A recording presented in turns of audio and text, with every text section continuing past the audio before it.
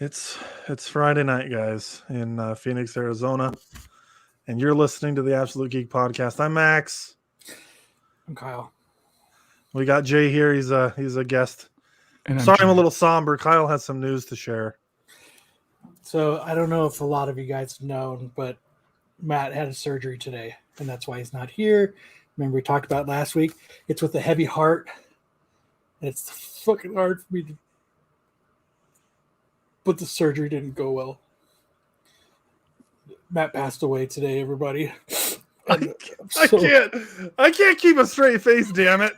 Why? I can't do it. Well, that didn't last long at all. Damn! I was even mustering tears. You were doing great. You know what? I used to do theater back in high school, and I couldn't keep myself together, man. I had to keep looking down. Matt's not dead. He's super dead. He's mostly dead. He's one of the Walking Dead. We got to get him in the brain to finish it up. Stumbling Jedi said stupid.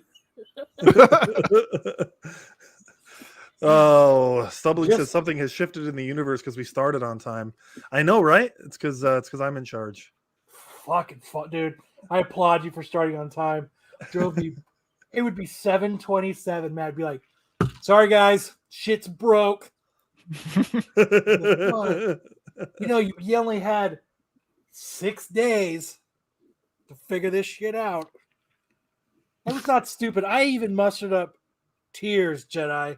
Like, I was actually making myself cry. I know, it was moving. You were doing way better than I expected you to do. Well, if you guys don't know, Jay here is with us. Jay has been on Absolute Geek Podcast before, but it's been a while. And I think since you've been on, you started a new podcast. You weren't doing Pop Bonsai back then. A new podcast. Yeah. I was doing Pop Bonsai with Travis, who you guys might know. And I started a new podcast called Born Too Late, which is just about like music. We interview musicians and producers and writers and journalists, label owners. I want to be on that. Are you one of those? Or were you one of those, the above? I could be. Okay, you're on. You're booked. No, I just want to come on and talk to music people and producers and stuff. Okay. Yeah, dude. We'll have you on. We should get my sister-in-law's band to come on. Oh, that would be awesome. I'll talk to her. No kidding? Yeah. Shit. Okay. And yeah, if you guys don't know, his sister-in-law that he's talking about is from a band called The Darts, who are really great. And I know the guy that I do the podcast with, Josh, likes them a lot too. So, dude, that'd be great. The Darts are the one that did the old theme song for Absolute Geek, right? That was them. Yeah, we used one of their songs as the old theme song. Yep. Yeah, and then they screamed at the end, "You're listening to the Absolute Geek Podcast." I always liked that. That was fun. So, yeah, we'll have to set that up. That'd be awesome. Yeah, Jay, you've always had a good connection in music. If anyone's here listening from Couch Crunchies, you obviously know Jay. He was, one of the original founders of Couch Crunchers, and you always had these really cool connections, and you'd bring in cool music for us to listen to at the beginning of our episodes. But hey, we've got someone else joining all the way from Japan. Guacamole. Guacamole. What's up, guys? Half a day, as we say here on the island. Half a day, bravo. Bomba clap. It's fucking Where's your steel drums, dude? I don't know, but I'm coming in with Kyle energy. It's called Axel energy. Oh, okay. Axel from Beverly Hills Cop or Axel from Guns N' Roses? Same thing. It comes from the same place. Or Axel Grease? No, definitely not that. No. All right. Have you on, Travis, man. I haven't talked to you in a long time. I know it. No longer in Japan. Yeah. I just about a month here. I just got my stuff last night. So, Jay, do I sound less echoey than when we podcast? Yeah, you do. Okay. You sound less echoey, but you're pretty loud, actually. Okay, let me turn me down because I'm setting this stuff up. Yeah, no worries. I like the stash. He's Yeah. just a white van now. Hey, kid, I got an Xbox. Is that a little bit better? Yeah, that's Or no? Okay. Yeah, that's great.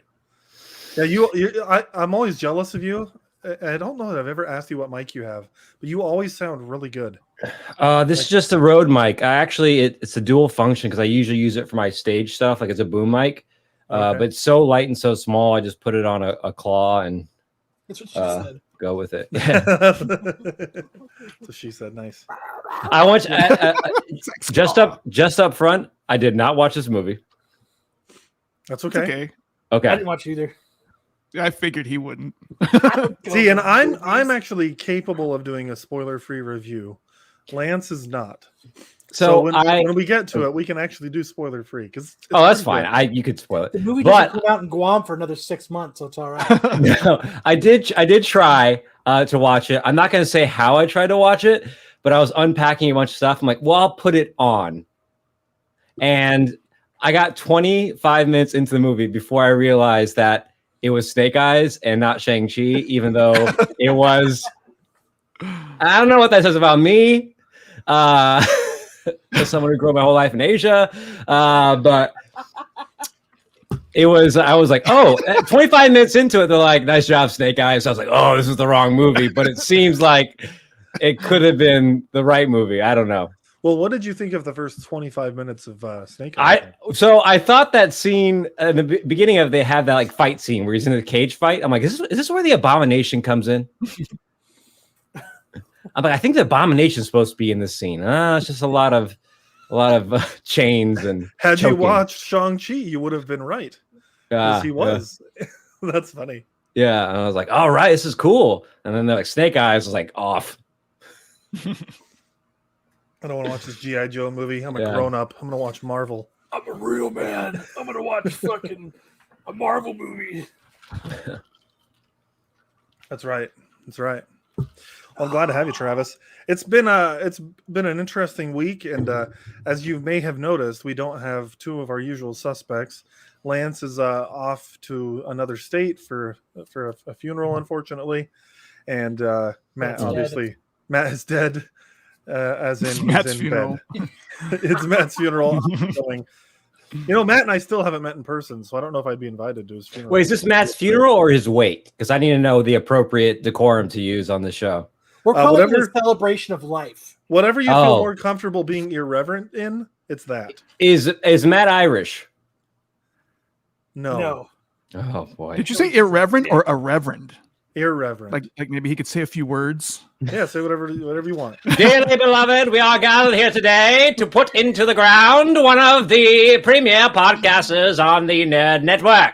I don't know why I sound like a Kennedy there. That's what I was gonna say. He's Oh, it's presiding pretty over good, JFK's funeral. Yeah. He was a tiger, and we have to take down the tiger. Somebody get Marilyn out of here. Podcasting. Oh man. Well, one thing I really wanted to do today is I wanted to have this wonderful segment where we talk about something really cool. What grinds Kyle's mother effing gears? That is what I want to start the show on, Kyle. Mother What fooing. grinds my gears? Yeah, man. Last time you were on, we spent the last hour talking about what was grinding your mother effing gears. I heard I that wanna- show. I was listening to you guys while I was unpacking, so I made it to the end of the whole show. And it was good. I heard some car talk, which was really interesting. It was a new subject for you guys. That was really fun to hang into, and some good stuff like that. So I'm interested to see this running bit you got here. Come on, Kyle. I just want to hear some updates. Did your coworker get his comeuppance? And have you gotten in touch with the nosy neighbor and had a fist fight yet? He's like, I need some more alcohol before I talk about this. Sorry, my lighting is Hold on, horrible. let me get this. Matt got his stumbling Jedi says Matt got his wiener looked at by more people today than Kyle ever has had. Is it a hernia or a hemorrhoid? He got a penis enlargement. Oh, those are pricey. He thinks it was worth it. We'll ask Aaron. He just wanted to look like Wahlberg at the end of fucking. This is Boogie Nights. Yeah. If you didn't have to do a penis enlargement, but you had to do a penis replacement, which Marvel actor would you want your penis replaced with? The Hulk. Which You know, Marvel it's actor? actor, not character, Kyle. Just because you got a green screen doesn't mean you have to have a green thing. Chris Hemsworth. Yeah. Chris Hemsworth. I don't know. All those roids might have curled it up. So I don't know. I don't know, man. Everyone's always talking about how he's a god and he's so beautiful. I need a beautiful penis. You know? It's a beautiful penis. Kyle, I think you're more of a Mom, if you're listening, please tune out. I would go with Daddy Jr. because that penis has been in a lot of places. So I'm sure it it's got a lot of road miles. Oh, we're switching penises. I thought we were like repressenting a personality into our penis. No. Oh, I do like that. I do like. I like your question better, Max. That's why I chose Hemsworth. I think I'd do Doctor Strange, Cumberbatch, because I feel like it'd be polite, at first. He'd be like, "Hello, how's it going there? Can I get in there? Just stick it in the butt. Make a little room. Coming through. Huh. Yeah, that's a really good question. I have to think about that. Don't think too hard. Jay, you're taking this too seriously. Easy. Mark. What's We're that? not doing characters. Never mind. Well, Hawkeye could be good though. Then our wives wouldn't have to complain when we miss the toilet. We'd never miss. I mean, That's true. G-spot every time. Oh, there we go. See there, you took it way better. Probably Winter Soldier. I'd go Winter, but not Bucky. I'm not about when he's Winter Soldier, but he's still like silent and like to the point. Like Kill Bill Buck. My name is Buck. I like to beep. I don't know what the rules are in cursing on this, but I'm assuming since they're having a penis conversation, You're good. relaxed the okay. We got You're good. You're on the Absolute Geek Podcast. Okay. Sorry, I took it to a dark place very quickly. Back to what grinds Kyle's gears. What we got? Oh, I was gonna go back. I think I'd be Sam because black guys are well endowed, so that's where I'd go. Oh, I thought it was like Samwise Gamgee. Like, we can do this. We can do this together, Kyle. Don't be scared. I'll be with you the whole way. Wait, second breakfast. I can't carry it for you, but I can carry you. Okay, the update. So we reviewed the cameras. Did we review the cameras? We had just reviewed the cameras when I came on. Yes. So that Monday I went to work, stewing on it, dude. I was still pissed when I got there on Monday. He shows up.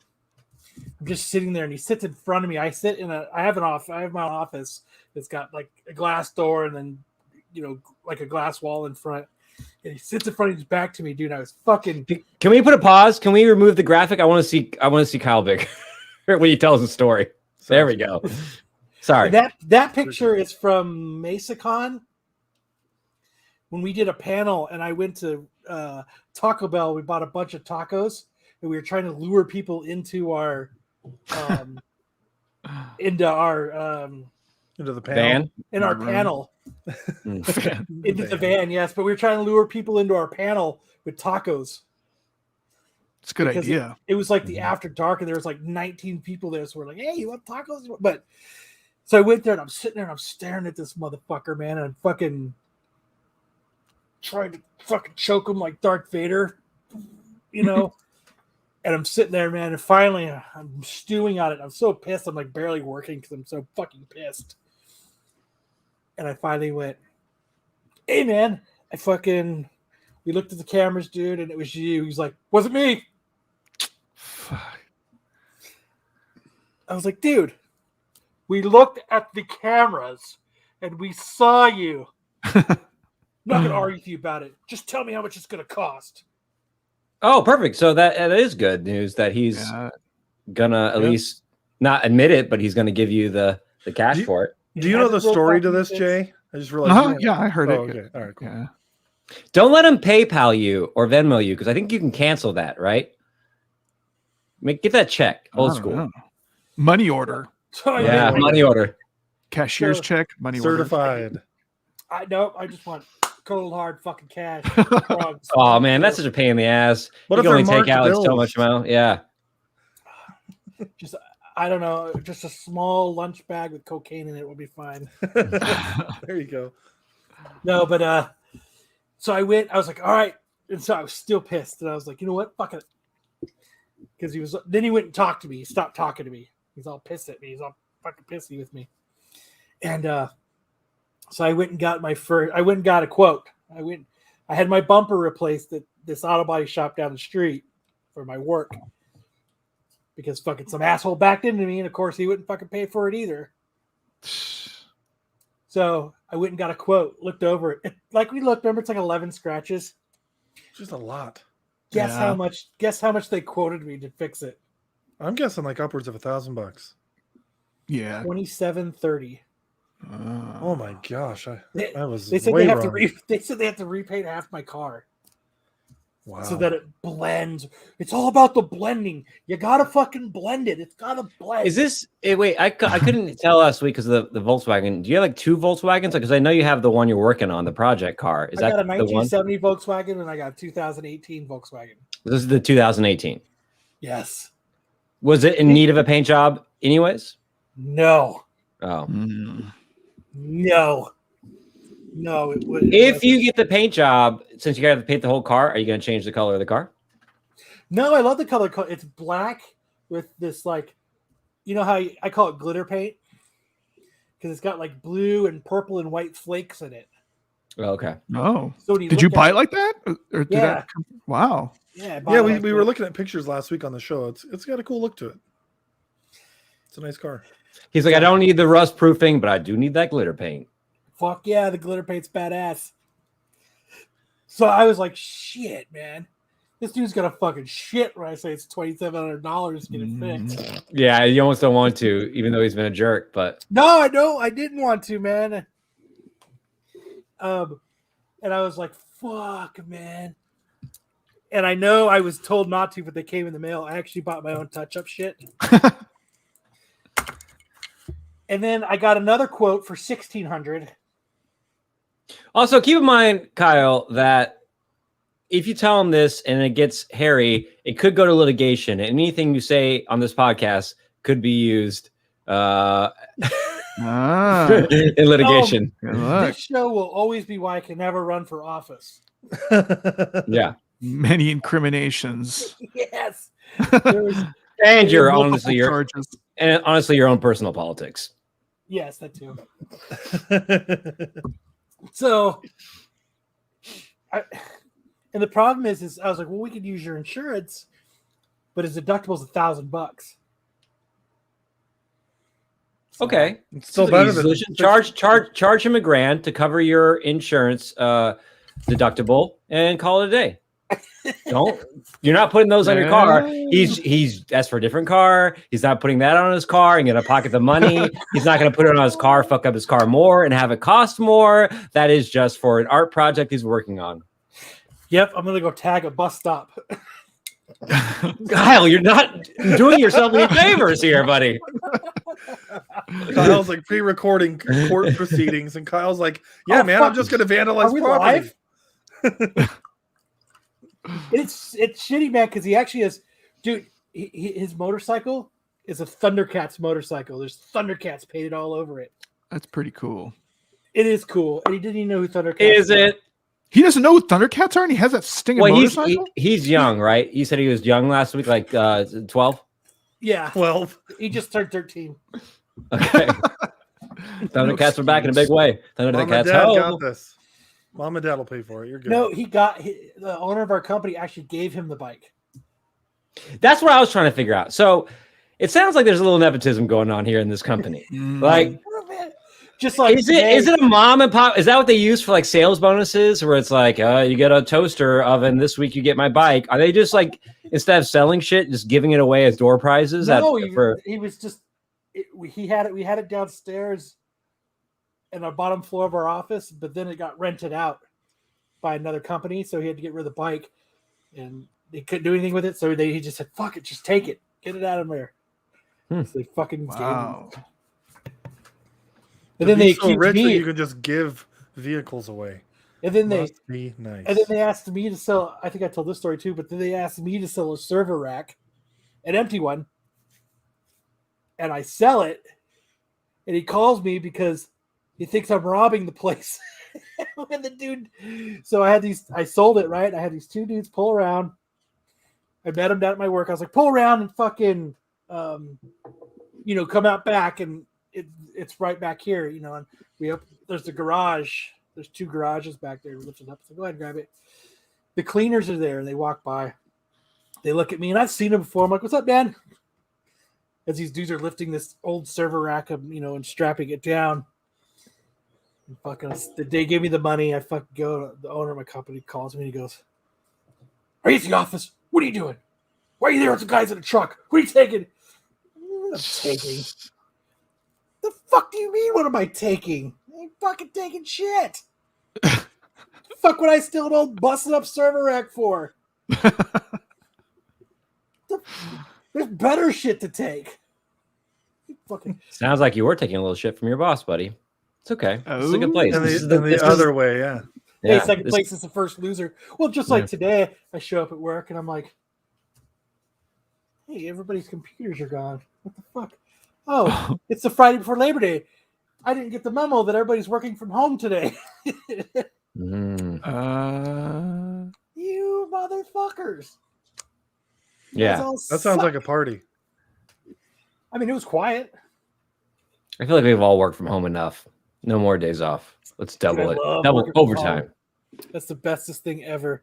I love working from home. It is the best, man. Dude, you got home bowl, man. You just walk to your own toilet, poop in it. Oh my god. I mean, that's part of it, I guess. That's not the main appeal to me, but that is nice. I actually prefer a work toilet. I mean, I get to do all the mess, but none of the cleanup. Exactly. Exactly. Yeah. But for me, I like the fact that I get to sleep more because I still log in at the same time I would have, but I just sleep an extra hour. So I don't have to get ready. I don't have to look nice. I just roll out of bed and go to work. I love it. I've gotten like really into playing Destiny again, and I've stayed up until 1 a.m. freaking every morning lately. But hey, I wake up at 7:30. 6 hours of sleep is enough for me, and I just get to work. Your mom says if I work from home, I don't think I'd ever wear pants again. You know? Oh my god, I wore basketball shorts for almost a year. Yeah, dude, I wear The same shorts. ones too, huh? Dude, they were stiff, man. I had to wash them twice. It's weird. It wasn't even a team. It was just the video game NBA Jams basketball shorts. Well, dude, I'll tell you, sometimes I don't even shower until like 2 o'clock in the afternoon because I'm just like, oh crap, I haven't showered yet today. And then I'm working in my underwear or whatever. It's just funny. Pooping in your own toilet like a big boy. Pooping Like in a my real own man. toilet, I'm naked wiping down my below the own shirt butt. anyway already. I was gonna say prove it, but I don't want that proven. I wipe my own ass. Okay, that's good. That's a good callback to some American politics of late. But that's what's grinding my fucking gears right now. Oh, politics? Well, we'll have to do a special episode Save it for about next that. week. I don't. Yeah. Matt's in here. Let's really take this fucking show off the rails. Since he's dead and all. I was just about to move on to something else, but proceed, Kyle. Don't do that to Max. Like he's trying to hold his show together. He's got 3 wild cards on I'm here. trying, Oh, dude, I'm trying to reduce the show length of last week by at least No one's seen the 40%. movie we're gonna talk about. He's just like, this is ugh. All right, so then we're going to move on. We are going to talk about something else. How about that Afghanistan? No, we're not talking about that. We're going to talk about DC Fandome. I don't know if you guys watched it last year. I loved DC Fandome last year. They've confirmed they're doing it again, which isn't a surprise. I think we knew that. But they finally came out and told us the date, October 16th of this year. They're going to be talking about Shazam. There's going to be more information on the Batman. What kind of stuff do you guys want to see out of DC Fandome?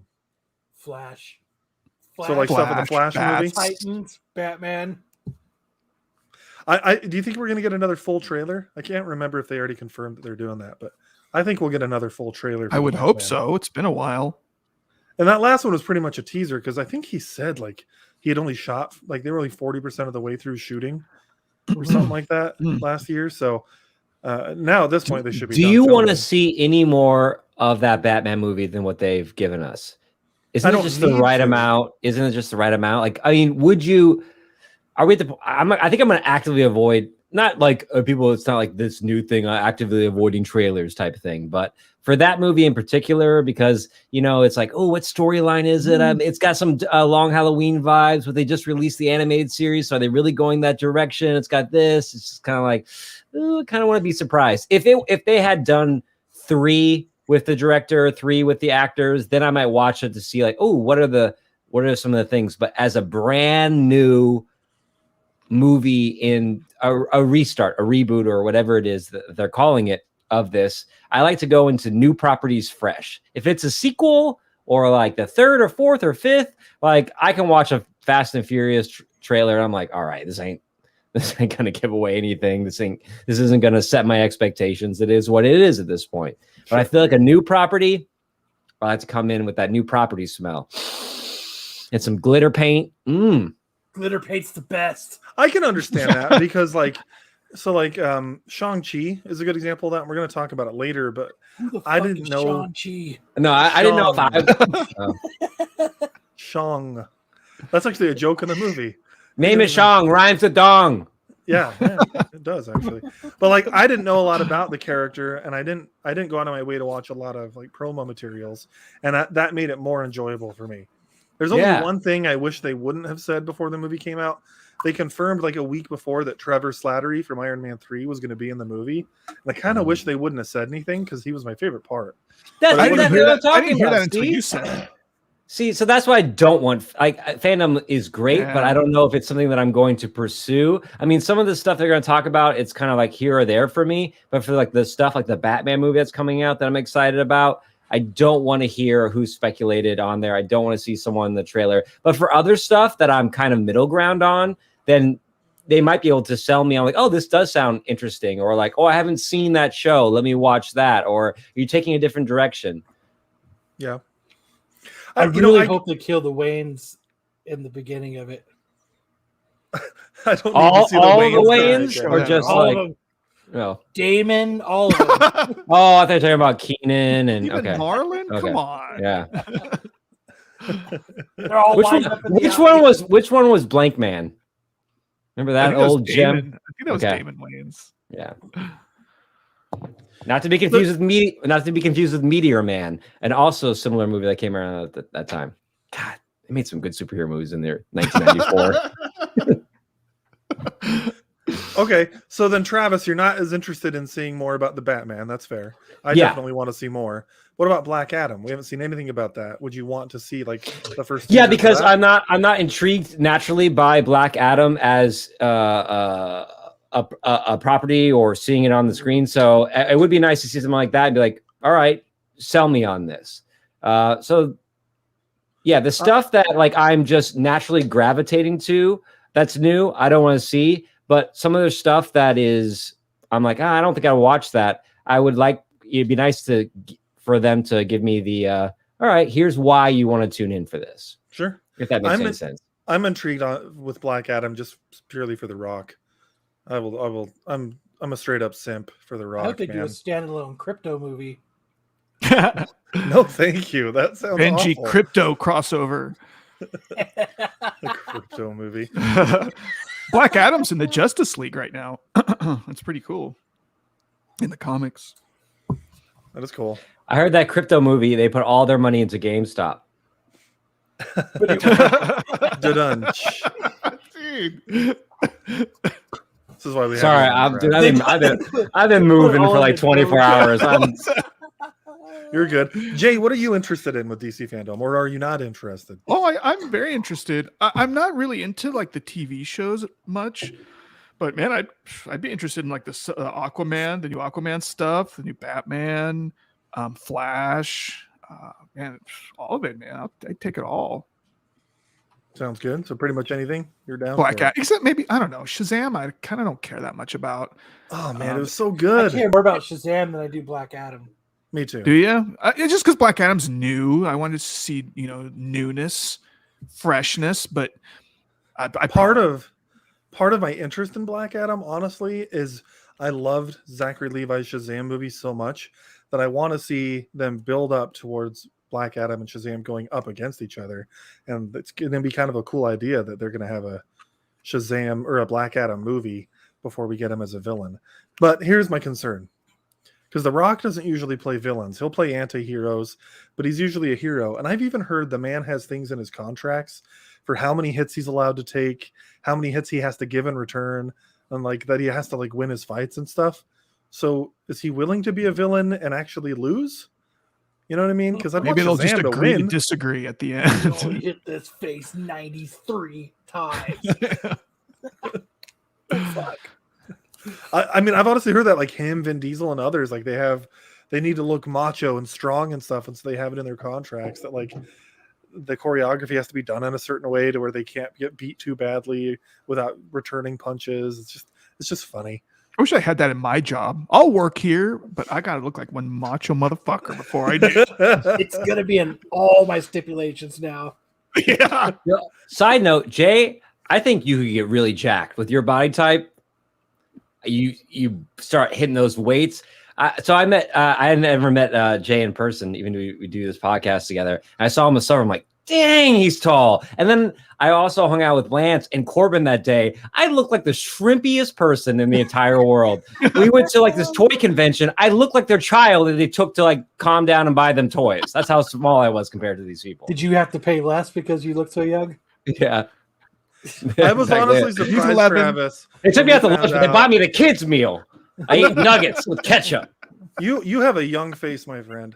I remember finding out that you're actually older than me. I don't think by much. I think you're like 2 years older than me. Yeah. But I was like, what? You're older than me? Why do you think I have to grow this shitty facial hair? I'm also jealous of your head hair. I mean, look at this crap. It's starting to go, man. The back, like I had to frow the back around there. I don't want to talk about it. It makes me depressed. Is there any news? Travis's gears. Is there any news about my hairline in DC Fandome? Is this like about my dome, or is this about DC's dome? I mean, what are we talking about here? You could find news at the presentation so exciting that your hair grows back. Question over here. How's this situation going back here? Is this like something I can fix with like keeps, or is that just a myth? I never tried to do that stuff. I've mentioned before that I've been balding since the 8th grade, and I seriously considered in the 8th grade using Rogaine because that was the thing back then. Yeah, and Jedi Matt, if you're listening, help. Are we that bad, Jedi? Come on. What did Jedi say? He says, if you're listening, help. Block him. Oh wait, hold on. I'm a fucking admin in that thing. Hold on, I'm gonna block him real quick. No. Okay, well, the next thing I want to talk about is Titans, actually. You were going to say something? Yeah. Go ahead. A coworker of mine, he was taking a selfie from up here. And he took the picture, and he just realized that he's balding right here in the back. He never knew it because he only sees the front. And he always keeps his head shaved, so he doesn't really know. I rely on my wife to tell me that I'm starting to bald in the back of my head. And so it's getting to the point where if that's happening, it's just time to beg this. That's why I don't go to gyms. There's too many mirrors. Like you see weird angles. You're like, what is that? Just that's why I don't go to the gym either. Yeah. You told me that in a long letter one time, Jay. It was touching.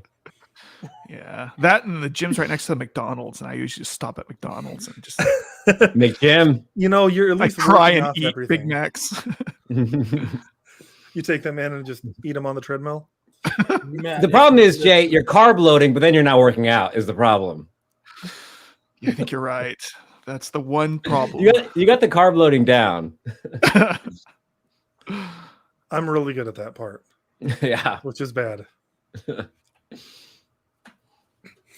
I want to talk about Titan Season 3.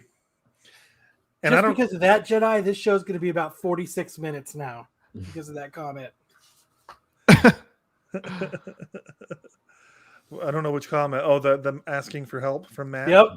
Okay. Yeah, you don't have to read all those comments on air. We got to be doing an amazing show if you just don't.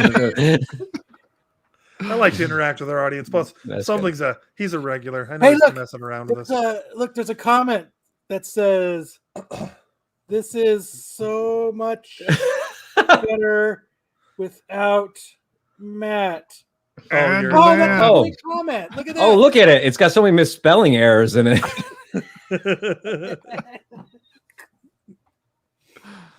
Hey, Sticks Boy, how's it going? When's your next whatnot so we can get some Spider-Man comics? So you guys have been talking about this Titan show, and I had to watch the first 3 episodes of the first season, and then I was like, you know what, it's not bad, but it's not for me. But you guys have been talking about it so much lately that has it really jumped in its, ability to like engage people? Has it changed that much in tone and characters or storylines, or has it just laid the groundwork and now we're finally starting to see things pay off? Season 1, you had to get through. It wasn't bad. Season 2 was good. Season 3 is fucking DC's version of fucking Breaking Bad. So it's fucking awesome. Okay. Wow. Well, that's always tough. That's always tough, right? When someone's like, "Hey, you should watch this show." The first 2 seasons aren't bad, but the 7th season is amazing. That's how everybody was with when everybody was trying to get me into Game of Thrones, mm-hmm. and I was like watching the first season. I was like,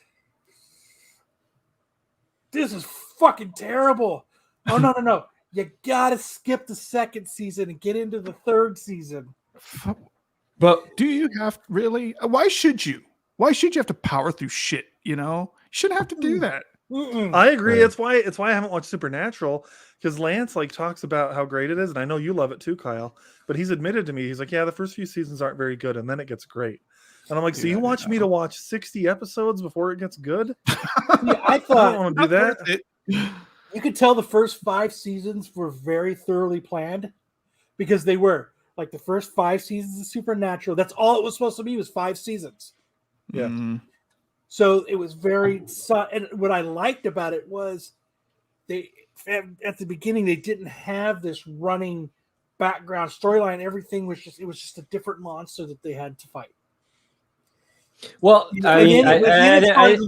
what? Excuse me? I didn't mean to distract with that question, because I don't want to take you guys off topic here, but I was just wondering about that. Is the season 3 in this so strong that anyone who is middling towards the show, who just kind of maybe dip their toes into it, should continue watching it just to get to the season? Yes. Okay. I think so, especially because these seasons aren't nearly as long as like network television. You're looking 10 episodes. Oh, that's good. Oh, that's a good point. Are they half an hour? I forget. They're an hour. They're like they're an 50 minutes, hour, right? Yeah. They're an hour. And I loved season 1, but people tell me I'm a DC shill, and they're right. I just love all DC stuff. But season 2, most people I've talked to loved it. So it really might only be just season 1 that you have to get through.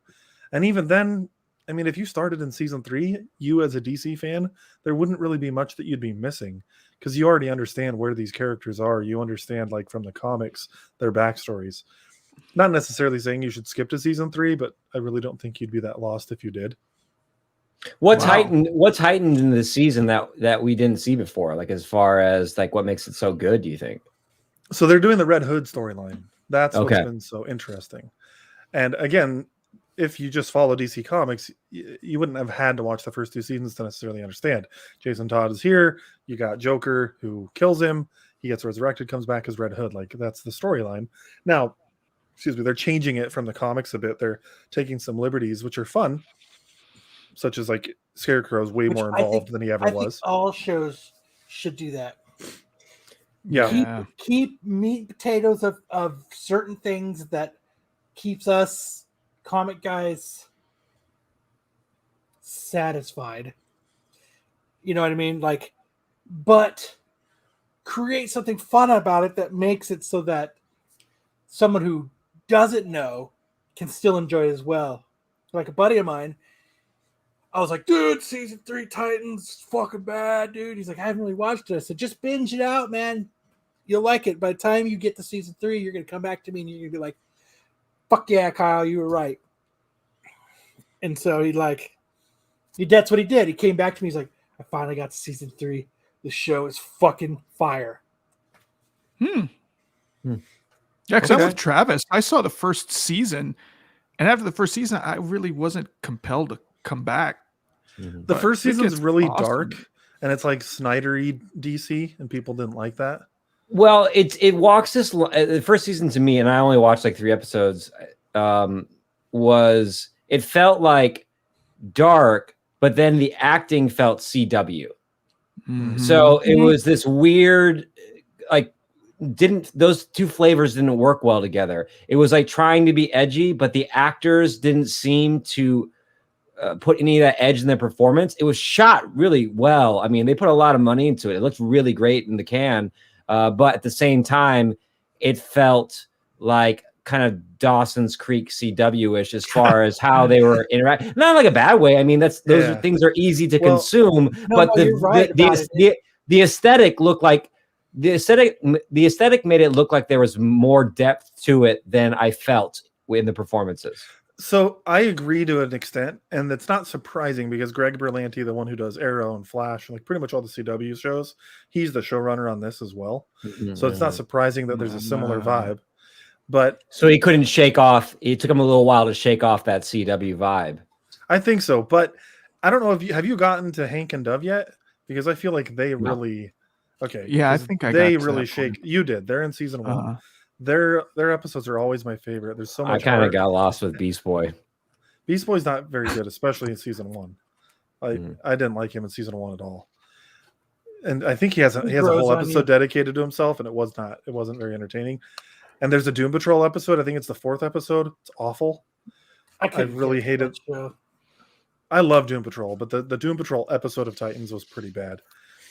But anyway, the Hank and Dove stuff I think is great, and they do a very good job acting. They do add some more depth to their performances. They actually haven't been in the last couple episodes of Titans. Like Dove hasn't been in it, and it's a little bit of a bummer because I enjoy her. But it's still, I don't know. I just really liked this episode. Didn't you, Kyle? Yes, I did. At first I was like, oh, but once it got rolling and it was finally done, it's actually a great episode. They introduced a great character. Do we know this character? Would I know this character? Oh wait, don't tell us what it is. Like, give us some riddles. Give us some riddles. But make it in riddle rhyming form. Okay. Make it in riddle rhyming form, please. And iambic pentameter if possible. I don't even know what that means. I'll start it like this. Have you... Okay. This is one chick. She is a girl with such a sword. She is an assassin. Okay. A little sore. Okay. So is this... Okay. Are we... like her first appearance here. Okay. Is there a ghoul? Would you say she's ghoulish? I'll say that. Have you ever read the Nightwing runs? Have you, Jay? No. Okay, her first appearance is Nightwing number 4. Okay. Speculators like, oh no, it's so expensive.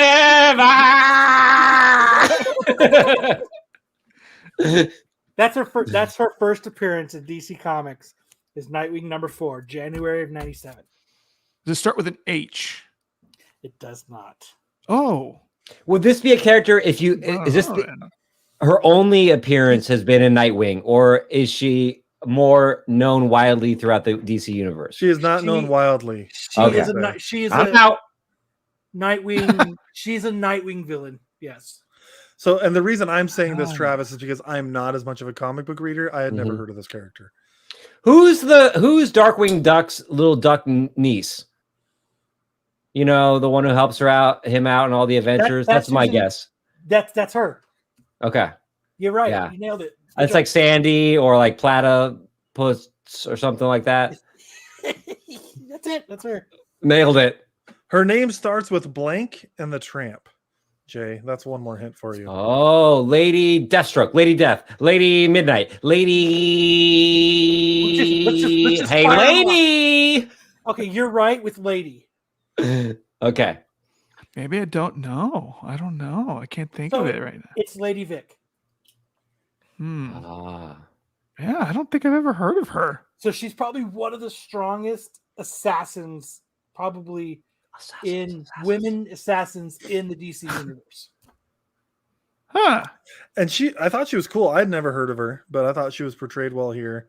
She has a really cool fight with Barbara Gordon that I thought was pretty awesome. Because Barbara is paralyzed in this iteration of the show already.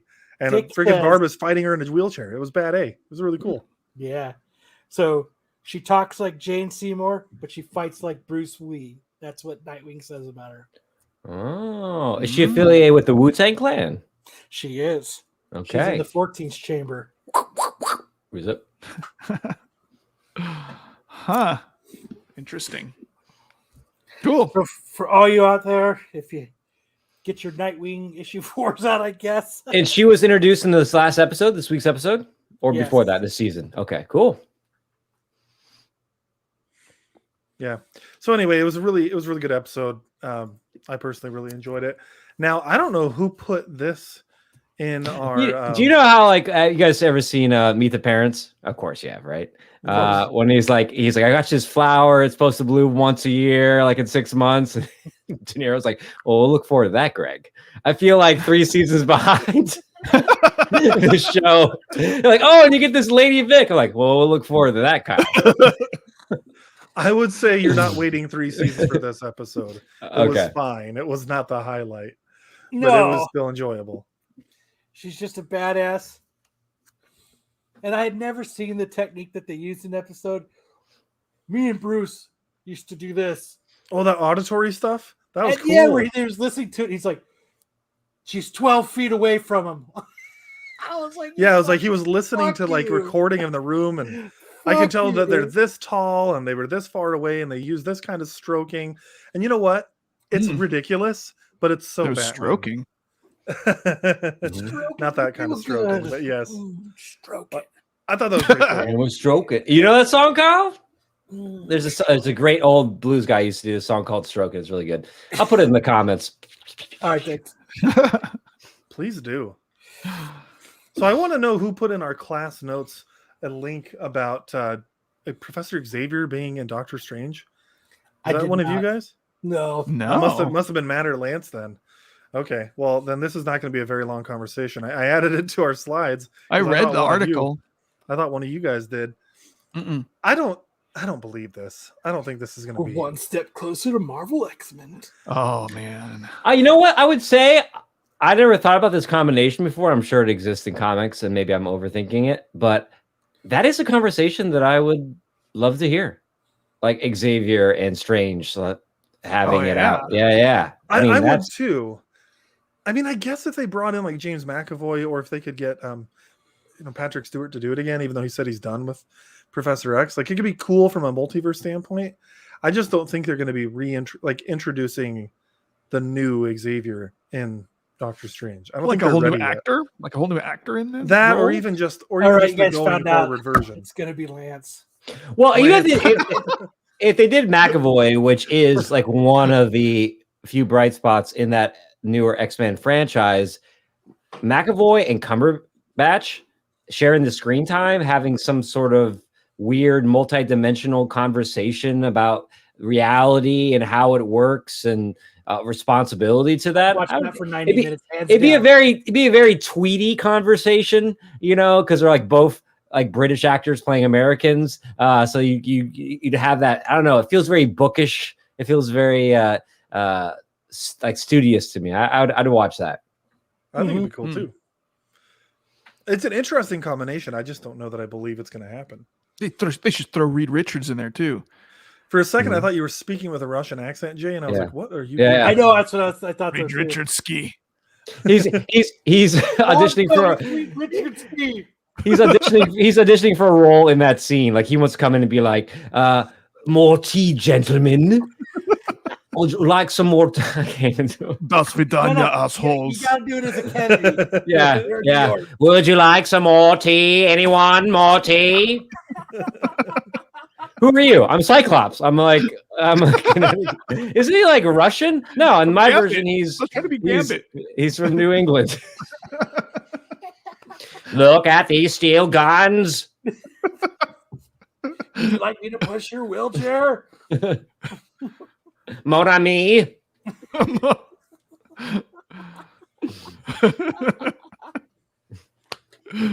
love it, Travis. No, you should do the whole show like that. As a Kennedy. No. I don't want this to be used in litigation down the road. Kyle has a lot of fun production ideas. He wants me to play the guitar while I'm speaking for the podcast. I heard that last week. He was demanding it. Dude, it would be awesome. At least do a show recap. Charles Like, Xavier. Well, I mean, at least write the theme song. You know, like give it a little riff. Oh, he's getting it. He's getting the Oh. guitar. Oh shit! I like how he made a real pageantry by turning off his camera, I hope he even does though the guitar is right behind him.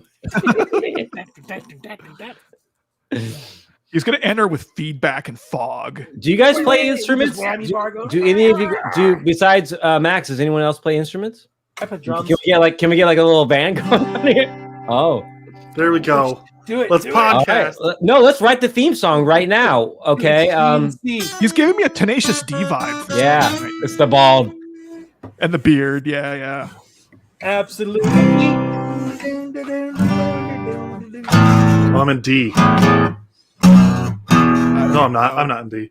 I'm not going to play the guitar and do a podcast. No. I think give us a riff. I think we could write this theme song like in 2 minutes. I'm not writing a theme song. I'm really bad at writing on the spot. I'll basically do the same three. That's chords why and we're all here the to help you intros. out. Kyle's a lyrical genius. Kyle Gass from the Taste G G, not this and one. C. Just do two. Just do G and C. Absolute Geek. It's time for Absolute Geek. All you lose. Night. How This is about horrible with the delay? all you losers and freaks? It's time for Absolute Geek. Dude, there it is. All right. I'll do it. Okay. All you loser and geeks. It's time for Absolute Geek. It's all you losers and geeks. It's Time time, to for spread. Absolute Geek.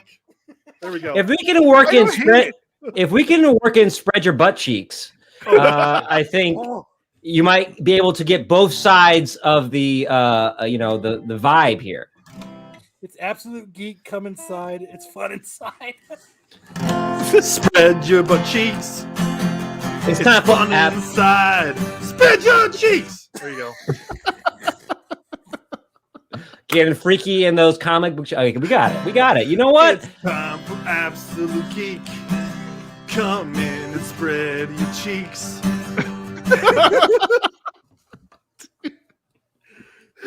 Best episode ever. Come on in. You want to water, some tea, spread your cheeks, and let's get to business. You want some water? We'll toss your salad and we'll have a good time. Everyone will, I don't know.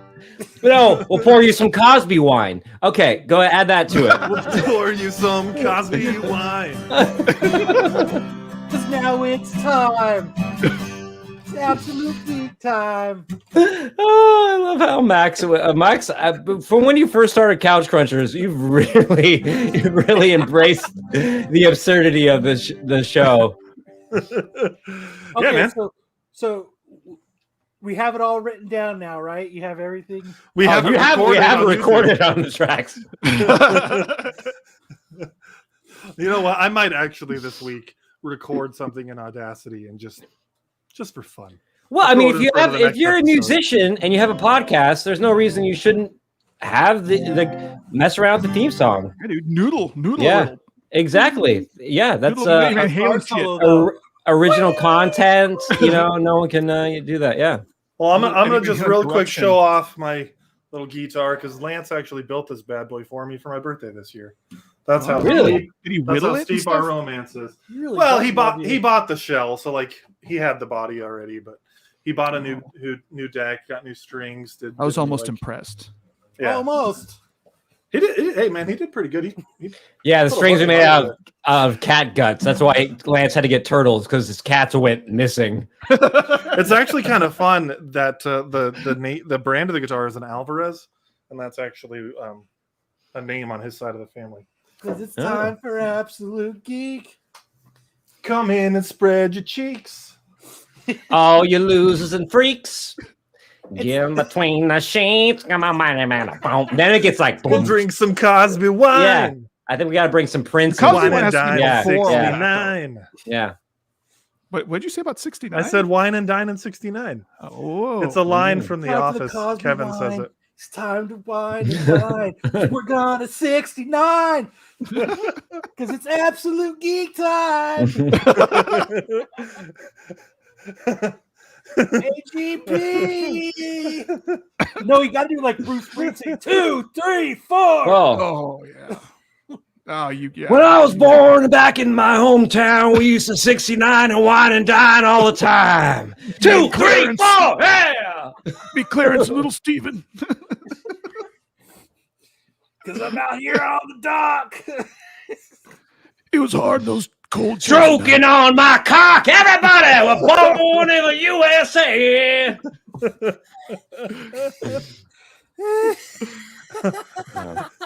Whose idea was this? I don't know. It got us off the rails, that's for sure. One of those two. But that's where awesome. the good times come, right? An impromptu jam session. We came up with a song. I gotta go Travis, take a. I gotta go take a Shang Chi. I'll be right back. Oh, I thought he was gonna say you had to go take a shit. That's what it sounded. That's what happens when he gets too excited. When his creative He has to juices pee. just flow. When He he has to gets pee it all out. worked up. Well, I have to pee too, but I'm hosting the show. I can't go anywhere. I'm the only official Absolute Geek Podcast member on the show tonight. Yes, It doesn't feel that way because Kyle's been on 3 weeks in a row now, but I know he's technically a modern comic mayhem I guy. see him seeping in though. He's gonna Oh, yeah. seep in permanently. Kyle's Matt's building up a contract. We'll get him. You know what's in my contract? I gotta look good the whole time. No one can make fun of you more than 7 times. And I always have to win every argument. Mm-hmm. I like I'm out. that. I'm out. That's it. It's called the Time Speroni for clause. Absolute Geek. So are any of you guys Ghostbuster fans? Yes. Yeah. Jay, that only just a little bit. I like the ones, but honestly, dude, that new one, it's got me a little skeptical. Does it? Does the fact that it's being delayed another week help? Well, that the only doesn't thing that has me delayed, it's got a lot of kitty. It's got a little kitty action going. It's Stranger and Things I don't- meets Ghostbusters. Yeah, it's a little see, bit. dude, I'm not a little big weird. fan Like the of, like, band kitty? No, no, like the little kids. I'm not a big like little kids save the day movie fan, you know, because everybody knows that's all horse shit. Little kids. The don't fucking save Goonies the day. did it. The Goonies. you- but, yeah, I've heard you make guess. this point before, and I do agree with you, Jay. You're right. Kids aren't But- the ones going to be saving the day. Yeah, kids Like, are stupid. They can never save the day. They're dumb. Yeah, I can't even save their own fucking grades, much less the universe or whatever. But if it's got a little less than that, then I'm on board. And if it's got the original guy like Croyd and Bill Murray and stuff, then that'd be cool too. Yeah, should But- be. I mean, Well, I'm gonna Travis, see you're it for sure. Travis, you're a little.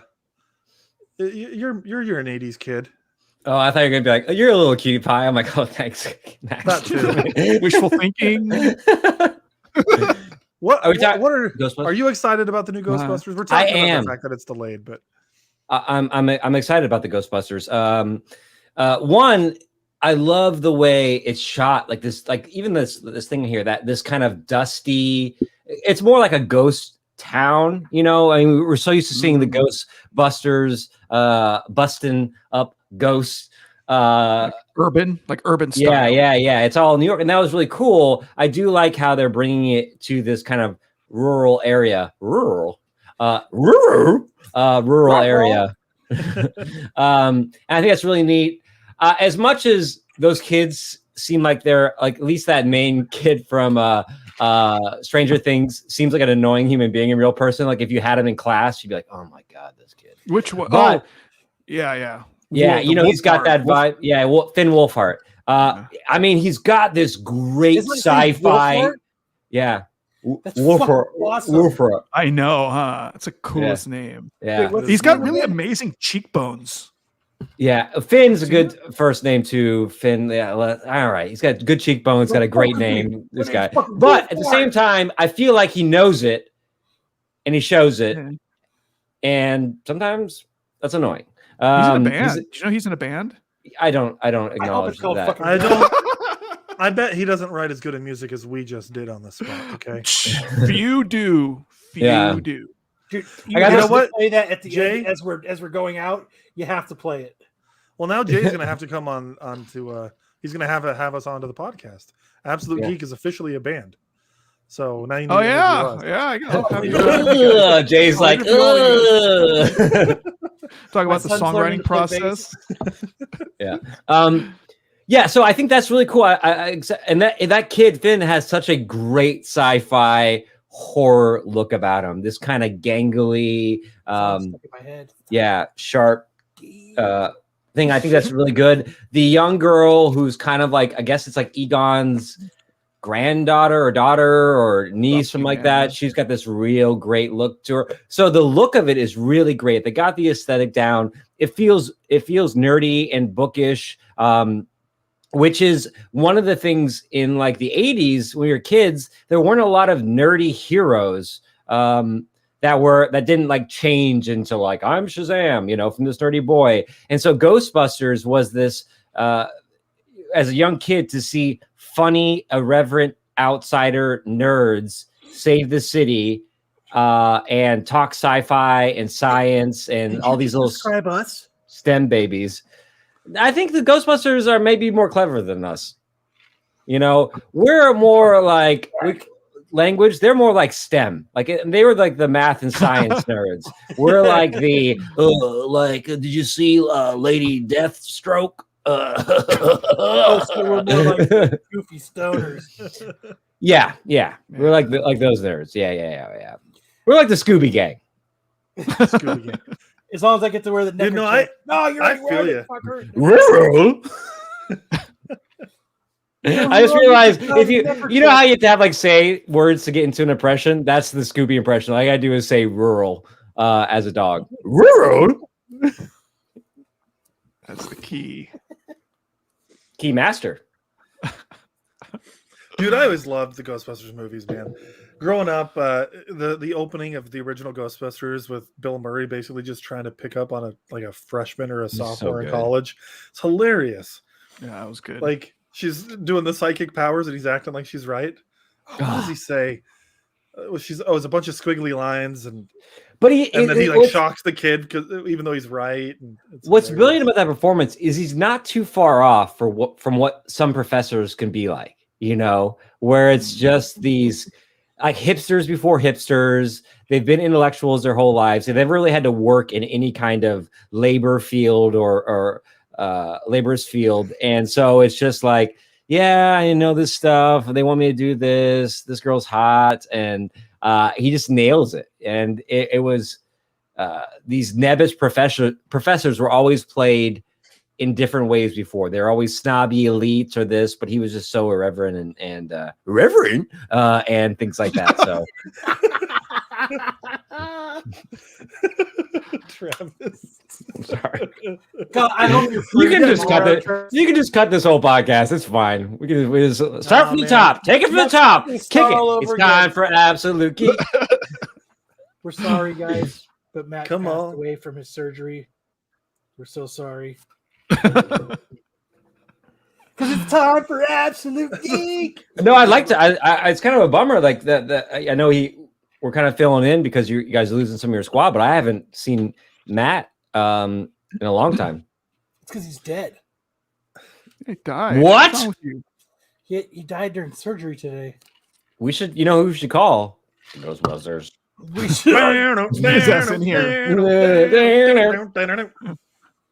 Yeah. No. Hey, I like that. Can we trap him? He's our friend. Light as a feather, stiff as a board. Hello, we are here to summon our good friend Matt, who recently died from hemorrhoid surgery. Hemorrhoid surgery. Nice. No, I got him so awful. Anyways, best of luck. No, he's doing all right. He's got a few weeks of recovery. I'm not sure. What Yes, that stuff is pretty common stuff like that. I mean, we're making light of it, but it's a standard. We're operating making light procedure. of it because Matt's got a good Because we're terrified. personality. We're terrified. Oh yeah, there you go. Deep down That's inside. What if his hernia? What if his hernia is what holds all his podcasting powers, and they remove it, and he comes back on? Oh, man, you're getting into like Bible references when they He like comes up cut like Samus's Lance. Is that hair. what you're saying? Yeah, like, I've lost it. It was all in my hernia. Like, what if like his best podcasts were when his hernia was like inflamed and rupturing? He was just on fire, and he's like, I've got to get this removed, but damn it, I'm podcasting so good right now. You know what? That's valid though, because Lance has not been on his A game since he got his vasectomy. So I think these procedures really take a toll. Well, that's what All- happens when you get know- the venom out of a snake. Yeah, you know how everyone holds their weight in a different part of their body, like the butt, the thighs, all that. So, like, some people hold their podcasting ability in different parts. I hold it in my mustache. This is why when you ever see me on a mustache, just don't even let me on the show. I'm just next time I'm just gonna click off. You come on. Yeah. You just have a fake one you put on just for my edification. Well, I mean, as long as I have some of it. So if I shave this and then this, like a chat. that might be think that's a good idea. No, you're saying this is No. not. I think I'm still keeping some of the thing on here. If you want to call it the Charlie Chaplin, it's okay. But just I not don't the think it's gonna Adolf. I don't think it's going to be interpreted that way. Probably not the best look. The Führer. Oh God. The way you said that sounded. That's a good Scooby Gateway. Führer.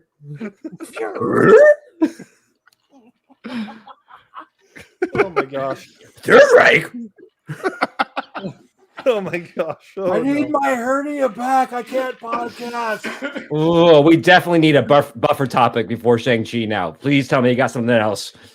I mean, I do. I was trying to skip over it because I didn't want to even bother talking about it. But yes, let's do one more buffer topic. This is not going to be much of a conversation, in my opinion. But Venom 2 is PG-13. Like, Matt sent this to me, and I'm like, oh yeah, that doesn't surprise me. The first one was, which I still think was a mistake. Was I really it? think- I don't remember. I think I feel like the Because it first was Venom garbage. should have been rated R. Yeah, it wasn't very good. And I'm really not surprised they looking don't. forward to I'm this one. surprised they don't make it rated R. Just from, I mean, rated R's. It doesn't take much to get a rated R now, and just the visuals of Venom, like how creepy that could be. I feel like that would be something they would be like, this is too creepy, for kids under, for 13-year-olds. It's got to be 18 to see this tongue and these teeth. Like we're getting. Like I'm constantly amazed at what a. We were doing this beach podcast, Jay and I had rewatched this movie called Lifeguard from 1979, and it was a PG movie, and there were bare breasts, there was cursing, and I was this like, from the holy 80s or something? smokes. It was from 1983. Yeah, dude, And- the PG movies were weird. Yeah. Spaceballs is PG, and there's 2 F-bombs. The jokes are super off And color. the Lifeguard was about a 40-year-old like sleeping with a 14-year-old, and it was still PG. That should be And- PG-13. So technically, I could show this movie to my class, and I was like, do my kids need to see the Lifeguard? I need to see the lifeguard now. Yeah. You had Kyle at man butt. Always. Man, but So this doesn't surprise me. It seems like PG-13 always helps get more eyes on something. It's got market. superhero Yeah. properties. It does seem a little contrary to the trailers they've showed, as far as like how Woody Harrelson's character is. It seems like he would be a darker, more sinister, R-rated sinister type of character than a PG-13 sinister type of character. Well, I mean, the concept maybe. behind both of these characters in the movies is that they like eat people and they're gruesome, like they're violent. Can you And have so- a PG-13 movie that has the word Carnage in the title? It's not as I effective. guess you can. No. I mean, I get it. It's a bigger market, and I remember the first Venom movie was about as close to an R as you can get with like the violence. Like they tried to really take it as far as they could. In fact, there were some scenes that were pretty bloody. I was like, wow, I'm surprised that didn't actually push it over the line. But I don't know. I think it would be really cool if they just kind of let loose. But go ahead, Travis. I think you're about to say something. No, I was going to say, I feel like it's a little bit an odd title because Carnage is actually Kyle's porn search word. So like, it's so weird that like it's his go-to search word, but it's also this PG-13 kink? movie. Yeah. He's We're just learning like, Kyle's kink he's not like already. big butts. He's like Carnage. Carnage. Yeah. Stupid joke. Hold on. What do you like? Do you go to Pornhub to like watch like Everything. skanky versions of Carnage? Carnage Like cosplay porn. Carnage in a bikini. I like to watch it for the acting. For the acting. Yeah. Dude, I love the storylines. So I'm always searching a thespian porn. Shakespeare porn. That's actually not bad, guys. I'm out. To do anal or not to do anal? That would be the What's your question. keyword? What's your kink? Lesbians? No, thespians. We can. Travis was like doing his best to get us back on track. He's like, let's get a buffer topic, and then that topic just took us sorry. further No, than we could have gotten the whole time. We're off Hitler, so we can talk about That's Shang. true. This is Yeah, much we can better. talk You're about- doing hammer holding the skull. You've got a pair of balls in your hand. Yeah, So- there you go. When I'm about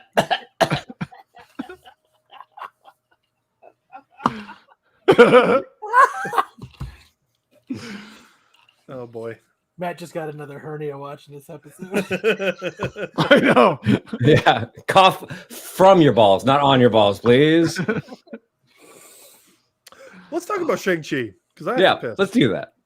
Shang-Chi. Yes, let's do that. So you did not see it, Travis. You did not see it, Kyle, right? But Jay did. Jay, I want to hear your thoughts. Spoil away. Are you sure? You spoil? Well, first of all, I wanted to Yeah, tell yeah. this little story. So do they Little bit of a collect story all the before all 10 rings and throw them into the volcano? No, Oh, like Frodo-ish. yeah. No. Anyway, so I'm in right, and I find out that Max and Lance are going to be in there too, and I'm with my kids. So we go and we sit down, and the movie ends, and I know Lance is going to ask me about the friggin' movie, and I don't like giving my opinion right after I see a movie because it's like I want to collect my thoughts. I want to let it sink in. Like when Matt so I gave sit- Miss Marvel a 9.8.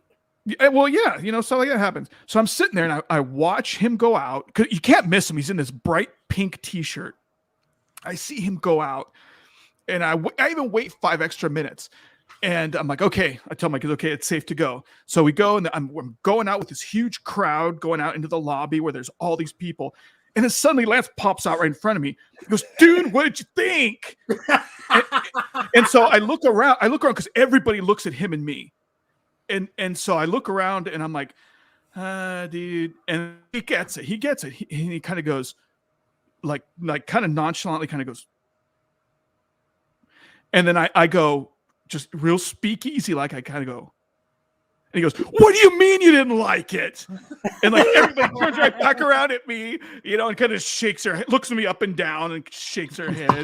And I'm like, Which, as I said, is a long look because he's a tall guy. So like this. yeah. Yeah. Oh, So, This is good. so yeah, it seems like the whole. I didn't hate it, I don't like going around, bashing shit like that, but I just wasn't into it. I couldn't get into it. Can I ask you a question here? So we're dealing with a new character, right? So it seems like maybe it hasn't been a while. Maybe I'm missing something, but it does seem like for like the first few years of Marvel films, we were getting a lot of origin story films. Captain America, Hulk, Iron Man. So it's been a while since we got like this kind of solo character origin film. So as far as the pacing of what you would see in a typical origin film, did this bring anything new to it? Did this seem to skip over a lot of it like Spider-Man did with Spider-Man Homecoming, or was it traditional? The pacing was actually pretty decent, and I didn't dwell on anything too much. I think they hit all that pretty good. I don't know, man. I thought it was going to be something different, Well, I'm going to keep going on you, Jay. I'm going to throw you some hardballs. I'm not going to take hardball. I expect something different. While we're I'm focused used on to Jay, it. It's I'm Friday gonna night, go so I'd be doing it Yeah. anyway. Yeah. So I want to ask, like you said, I expected something different because I haven't seen this, and I'm sure I'll watch it because we do podcasts, and it's kind of like the thing. You got to watch it to be able to compare it later on and stuff. But what you're saying, like, I don't know. What is the I don't know come from? Is it the acting? Is it the the cast was actually pretty good.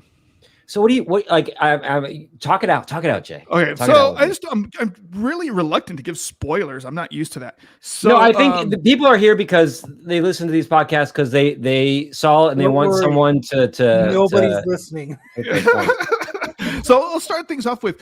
So the one thing that kind of annoys me is, so that they okay, I don't even know where to start, dude. But so they shit on Mandarin again, you know. And it's not connected. Do they play up the joke? Do they like wink at like what they did with the man? Yeah. Okay. Yeah, and see, I wanted this dude to be the Mandarin. I wanted his father to be a Mandarin because his father, I think, in the comics was Fu Manchu, who was like a crime boss. And that whole origin story was kind of true, except it was like a Mandarin-esque guy, and he just kind of made fun of it again, dude. He didn't even say he was man. And then like I guess a Fin Foom-ish drag came out, but they never really called him Fin Fang Foom. You know, oh yeah, because they had talked about that. They were like, we're gonna get some Fin Fang Foom in here. Yeah, no, not really. And they just, to me, there wasn't enough Marvel lore woven into it. It seemed like, you know, a lot of people were like, oh, if I didn't know it was a Marvel movie, or if it didn't say it was a Marvel movie, I wouldn't even guess it was. It's like, well, dude, that's not necessarily a good thing for me. Yeah, I mean, if you're gonna go see it, because like I said, I got 25 minutes in the Snake Eyes before realizing it wasn't Shang-Chi. Because it's like, you know, what? Go ahead. Big budget Hollywood kung fu movie that's attached to an IP, and you're just waiting for them to drop the "you will be the Shang-Chi" or "you will be the Snake Eyes." So for you, and I think that's what people were kind of hesitant about going into this movie, as now we're, I don't know how many years, 15 years into this whole process, we're getting a new character, so that hasn't been attached to it. How will they bring in the Marvel Universe? Because at this point, that is kind of why you want to go see these Marvel movies, is for the continuity. So that you're saying they weren't paying that off maybe as much as you wanted? No, I just feel like you're not a payoff guy. You're not like a continuity guy. I feel like that you're like, if it's a great story, then you don't feel like you need to attach to anything. So I guess it wasn't good enough. Okay. You know, for a kung fu movie, I feel like there was no like nuance. I don't feel like there was anything that like Crouching Tiger, Hidden Dragon, or even Kill Bill didn't do better. Did they pay off any shots in homage to like old classic kung fu movies? Did they shoot any of the action in a way that was visually like, oh my god, this is like that Bruce Lee movie? Yeah. Not that I noticed. Well, I noticed. So I'm not familiar with like older kung fu movies, but like it definitely gave off some Crouching Tiger, Hidden Dragon vibes at certain points. Like near the beginning of the movie, especially, there was like right out of Crouching Tiger, Hidden Dragon kind of. Yeah, especially with the trees, and they like used. Yeah, nature. she was like floating around, and it was. Wouldn't it be cool if they shot Shang-Chi on the same film stock and cameras that they used to shoot those old Bruce Lee movies? Oh, and it was all these Hollywood actors, but when you went there, it felt like you were in the 1970s watching a Bruce Lee film. I think that would have been dope. Yeah. Yeah, I almost like this. Shang-Chi could have been Marvel's opportunity to do a grindhouse kung fu film. Oh, dude, yes. And that would have been dope. Man, and then like later you can bring Shang-Chi in. He can be just as polished visually as the rest of the characters. But for his introduction, make it this whole cinematic experience. And because it's unique, talk about ways to get people back into the movie theaters is to go see this. I mean, for anyone born in the 90s who wasn't going back and watching 70s film, it would be like a whole new cinematic experience. And for the older crowd, it would be nostalgic in the filmmaking sense of it, the same way that Death Proof was for people who watched that movie. It would have been a nice touch for them. Yeah, because it definitely lacked edge. And I think that totally would have put that into it. Gangbusters. Anyway, Max, so I know you guys like insanely loved it. So I think Lance liked it more than me, but I did love it. Honestly, so looking at like so much about it. I mean, I can't really speak for him per se because he and I only. Well, yeah, but like he and I talked about it for maybe 5-10 minutes after the movie. Oh, really? Usually likes to sit. Just nah. Well, I was with my wife. We had my kid at the babysitter. It was late, so we needed to get him home and to bed. So Lance? Yeah. You It tuck ended him up- in. It ended up working out quite a bit actually because Make him into a we picked my son up. with his blanket. Tuck that potato nice and tight. Oh, the potato jokes. My beautiful hetero life mate, Potato Man. So yeah, we only talked about it for a few minutes, but he really, from what I understood, he just really loved the action. He especially loved the end scenes. The fight versus the. I don't want to do spoilers, but there's a really cool fight. I at the know, end. dude. I had to like defy my nature to like get him out. Yeah, so there were some really cool fight scenes that I know he enjoyed. He liked all the characters. I didn't like Katie, her name is, the one who is played by Aquafina, but that's kind of because I don't really like Aquafina much. I find It's her not to a be. water brand. I think Yes. so, but that's her. It was acting. Darcy, dude. She That's was her like stage name. Asian Darcy. Maybe that's why I didn't like her because I don't like Darcy much either. Yeah. Although in WandaVision I liked her, but yeah, she was just she was kind of annoying. I liked her more in this than I did in most other movies I've seen her in. Like she's in Crazy Rich Asians, and I really didn't like her character there. But I liked her better in this. But the main character, I don't know the actor's name off the top of my head, but he was fantastic. I thought he did such a great job. He's kind of an unknown. I haven't seen him in anything else, which I love. I love when Marvel casts these actors that aren't in a ton of stuff, so that they can get that like discoverability. No-name actors. Yeah, I Yeah, liked him because he wasn't overbearing and he was actually kind of a charismatic dude. But Yeah, he was. He was really likable. yeah, And so I know Lance really liked the main character, which I did as well. But I love the action sequences. Like, so at the beginning, near the beginning of the movie, you get an action sequence on a bus that you see in the trailers. that was But a cool part. But there's obviously way more in the actual movie than there is in the trailer. It was awesome. So Like, it that opens really set the opens tone. up on an action set piece. It doesn't open. Well, kind No. of. It opens Oh. up basically because the main villain's the Mandarin.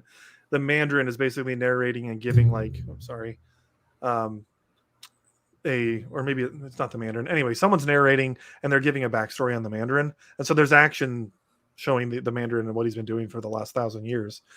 But yeah, it's probably about 15 minutes into the movie that there's the first like real kung fu fight scene. So I think it opens pretty early with it. Did they actually they never called him the Mandarin though, right? He called himself the Mandarin at one point. But he was talking crap about it. He was like, "Why did they say it? Name him after a chicken dish." and Is all the that. Mandarin a concept that a mantle that people take on in this universe? Did they change it to that? No, like it's not no. a character. It's like It's a character, like a Fjord. No, let's Oh. not get back to that. No. What it is the 10 Rings is the organization, which I was watching Iron Man today, and they mentioned the 10 Rings as an organization there as well. And so the 10 Rings, their leader, doesn't really go by any name. But if you remember in Iron Man 3, they talk about the Mandarin and he's the leader of the 10 Rings, and that ends up not being true.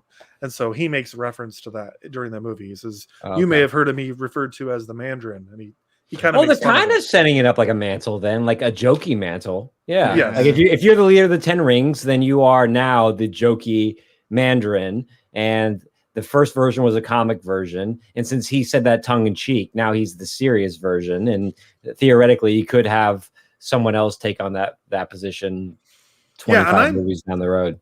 I'm glad they mentioned the name finally. It's a bummer that we never got to see this character go up against Iron Man. And I said that last week, even before we started watching this movie. But I thought the villain was really good. He wasn't the best. Like Lance said that he thought the villain's motivations were really good. I thought they were fine, but they weren't the best. I thought he lost me. His motivations were all about love, and I thought he was taking it way too far. Which they do explain some of that as well. That like the 10 Rings, and this isn't super spoiler, but like the 10 Rings are kind of like speaking to him and kind of making him hear things that aren't real. So was it the 10? Was it the rings that were making him kind of cuckoo? No, well, it was something else, but it was What's something that? else. But That's what the happens rings in the were Lord of part the of it. Rings. Yeah, can you imagine 10 of them? Poor Fuck. Frodo. Yeah. So like I thought, I'm looking through like a list of the origin movies that have come out from Marvel. And I'm just going to tell you off the cuff if I think the one I'm about to list is better or if Shang-Chi was better. Captain America: First Avenger, Shang-Chi is better. Captain Marvel, Shang-Chi is better. Iron Man, that one's better. Thor, Shang-Chi. Hulk, Ant-Man, Shang-Chi was better. Doctor Strange, I think, was better. Spider-Man: Homecoming was better. And I like Shang-Chi better than Black Panther. So it's like in the top 3 for me of origin. Yeah, so the only thing that beats it is Spider-Man and Iron Man, huh? Yes, and Doctor Strange. I think I said Doctor Strange, but it might be a tie. Okay. Nah, Doctor Strange is better, I think. So one thing that kind of confused me. Okay, so top 4. So Shang-Chi had a sister, right? And the sister, I believe her name was Tangelo, right? Tangelo. They know me as Tangelo. I am here, and no, she was Blood Mandarin. Yeah. Oh, that's actually not a bad name. Yeah. So he had a sister who. So Shang-Chi's known as Master Kung Fu, right? Mm-hmm. So he had a sister that she was as powerful and kicked his ass. So wouldn't she be Master Kung Fu? Like, what's the point? But he learns more throughout the movie, and he surpasses her by the end of the movie. That having another character like that always diminishes the main character, because that's what makes him so special. Because he's so far above your normal person, and that there's somebody else there that learned his skills by watching him being trained. So that, with that philosophy, I should be able to watch like all Bruce Lee's movies and then be able to like kick Bruce Lee's ass, right? Would that be that? Go see like Chuck Norris movies or Jet Li or whatever. Just fucking kick the off the floor. Well, I mean, that's how I learned Tai Chi was watching Jet Li movies. What's that? I only watch Steven Seagal movies. That's why I've never seen a Steven Seagal movie. I've heard they're awful. I see them on Sunday mornings sometimes, and I'm like, no thanks. It's a lot of hip tossing, and a lot of just hands going like this. Hip tossing or hip swing? I like as he got bigger. Aikido. He's an Aikido guy. You don't have to be in shape to do Aikido. That's what he says. Isn't Aikido that form of martial arts that Morgan does in Walking Dead? It's what Steven Seagal does. It's Tai Chi. No, Aikido is more like there's like not a lot of defensive. Yeah. It's like at one point, like the key element is to like visualize yourself having roots, so people like it actually makes you heavier if you can feel yourself being grounded on the ground. That's why heavier guys do it, because they literally are heavier. Yeah, I mean, you don't have to be like keto man. Like it's just like you can be like I'll take down. Yeah. There's a little Dennis Hopper thrown in. If you're on a keto diet, you're not doing a keto kung fu. Keto.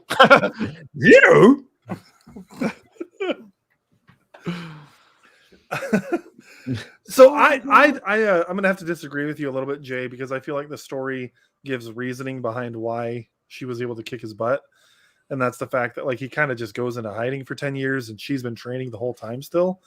So I kind of took it as maybe he's rusty, and then by the end of the movie, he's training up. And I think there's more of an arc coming here, because it does tie in. Like with the after credit scenes, it does tie in pretty well to the rest of the Marvel universe. And in fact, the mid credit scene I thought was really good. What was it? Yeah. I was trying not to spoil it. Well, I mean, don't do it for our benefit. I mean, you could do it. It's your show. I'll tell you when we're done. Okay. I want to do like one episode where we don't actually spoil the movie. Actually, you know what? Don't tell me when you're done. I was gonna sacrifice my entertainment for the audience, but now I don't want to know.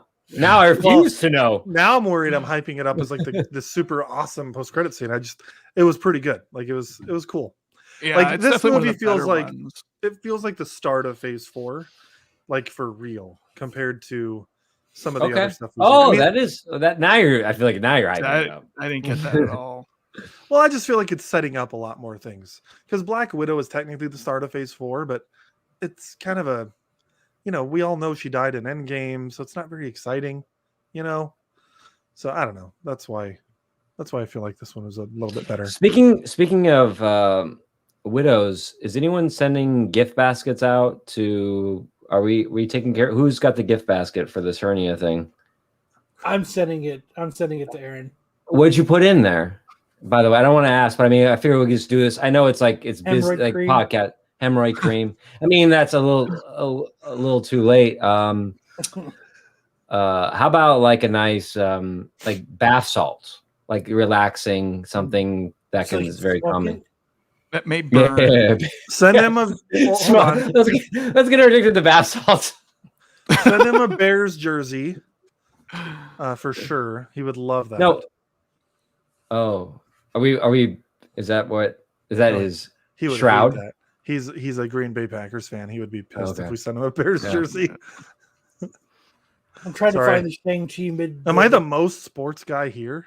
Yes. That's How is crazy. the how is the CGI in this? Does it feel overdone, or does it feel like they have Sometimes a it's good? overdone and sometimes it's not very well done. Especially the end with like all these dragons and stuff. I was gonna Like, say, you what? said there's a dragon in it. Do they There's feel multiple like dragons. are they Schmog style dragons, or are they like light Uh-huh. and like fire?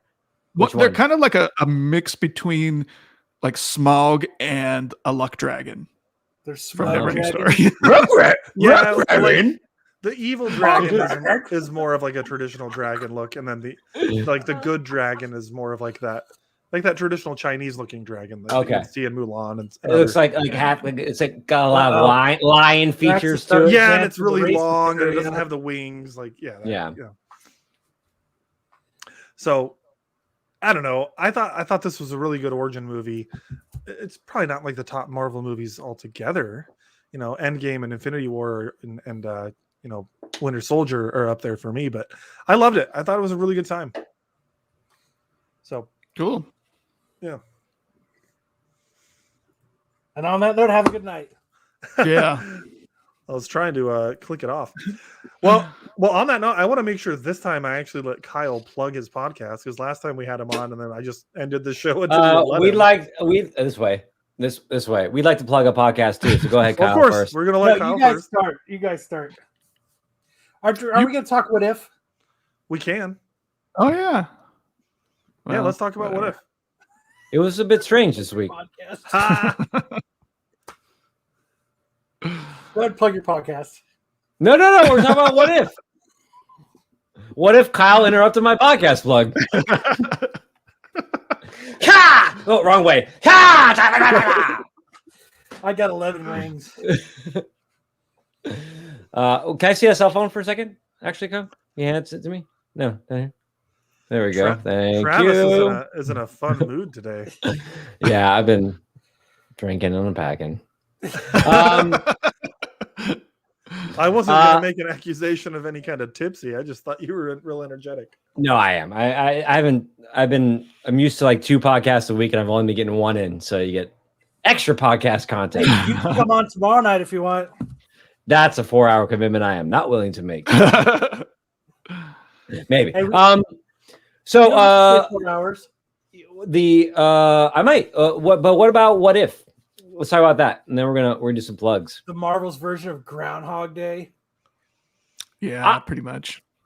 I still haven't finished it. I watched the first 15 minutes, and I was. Oh man! I was in the part where he was, he'd gone and he was sucking the life force out of different. You were watching you porn. Bro, Long day. this I'm one was sucking. about Doctor Strange this week, and this was the best what if yet.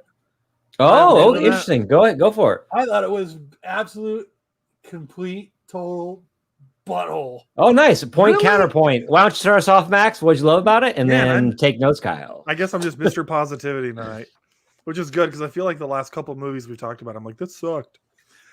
So this is the kind of thing I want from a what if, because it's Really? it's giving us a story and it's like making it completely different, and it's also super dark. I love when we get dark things but only in this. Like I wouldn't want.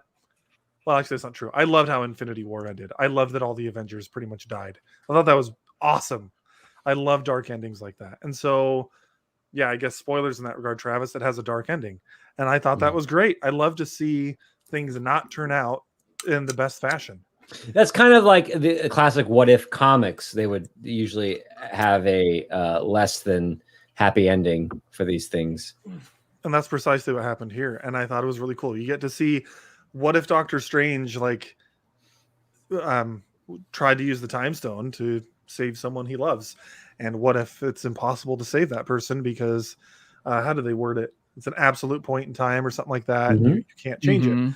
And so I thought it was really cool that he basically turns into like Vampire Strange. Like he doesn't suck people's blood, but he kind of looked like a vampire.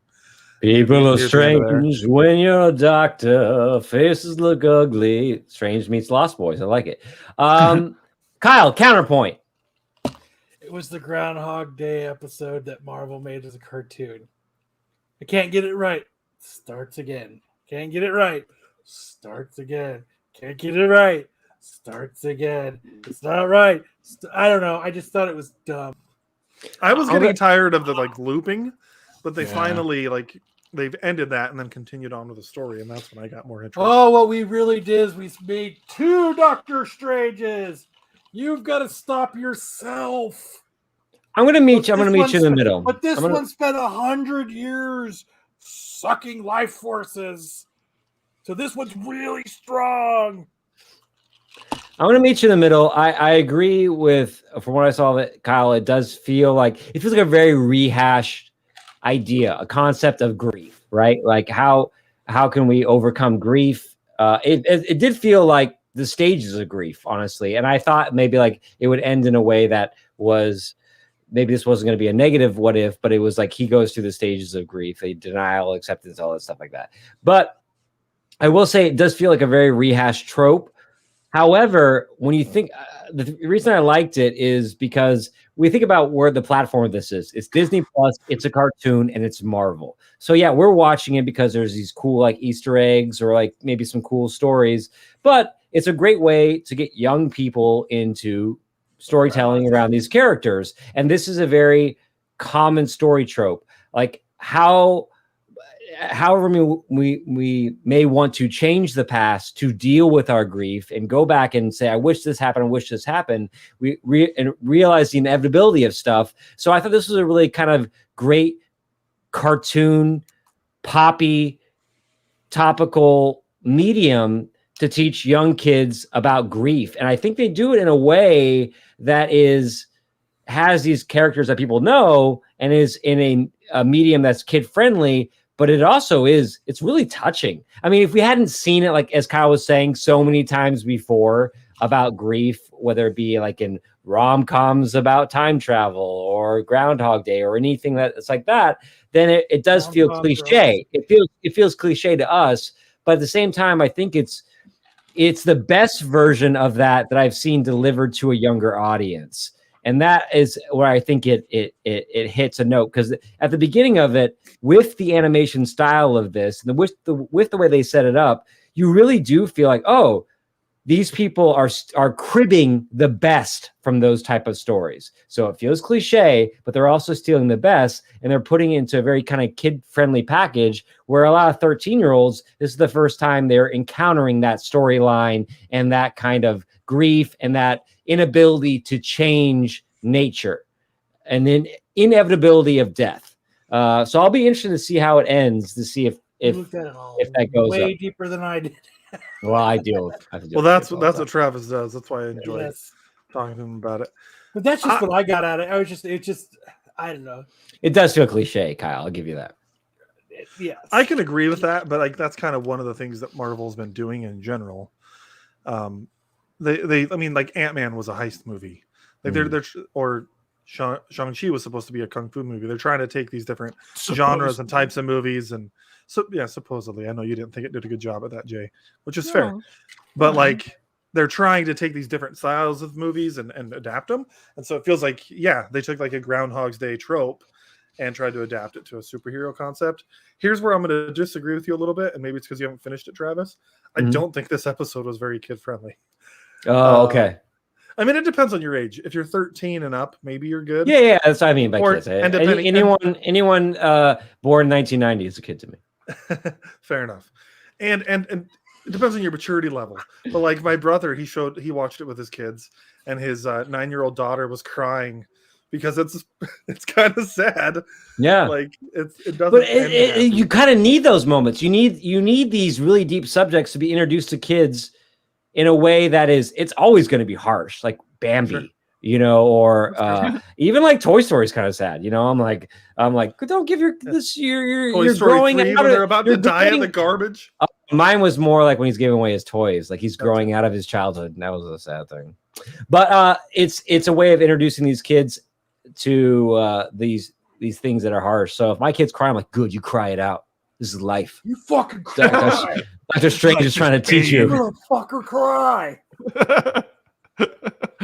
Don't you see this trope? Yeah. Fucking cry. Yeah. Did you watch it, Jay?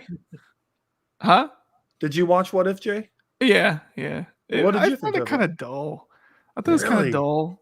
Yeah. Man. I mean, it was okay, but I don't know. I like the T'Challa Star-Lord one the best. That one was a lot of fun. That one was really fun. I liked the first one. It might be my favorite. I like Yeah, the first one too. I didn't like it at all. Butthole too. Yeah. I like it because of the romance.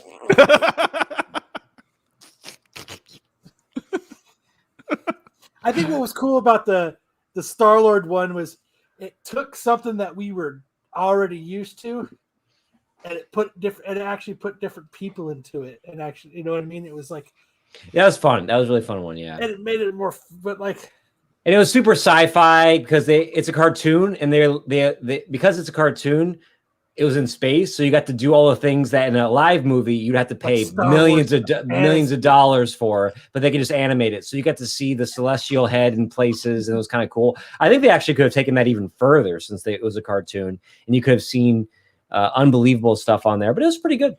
Yeah, Thanos as a good guy was hilarious, Mhm. and him like giving his plan to everybody, and they're like, "You sound crazy. That's genocide." It's like, no, it's not. It's not genocide. But it also teaches you a lesson. If you are good, you will be depowered some. I think it was good because it kind of laughed at itself. Yeah. I thought it was interesting how. What's that? Go ahead. I was saying, and then with this new Groundhog Day episode, it was just died, bitch dies. It was somber. I love somber stories, dude.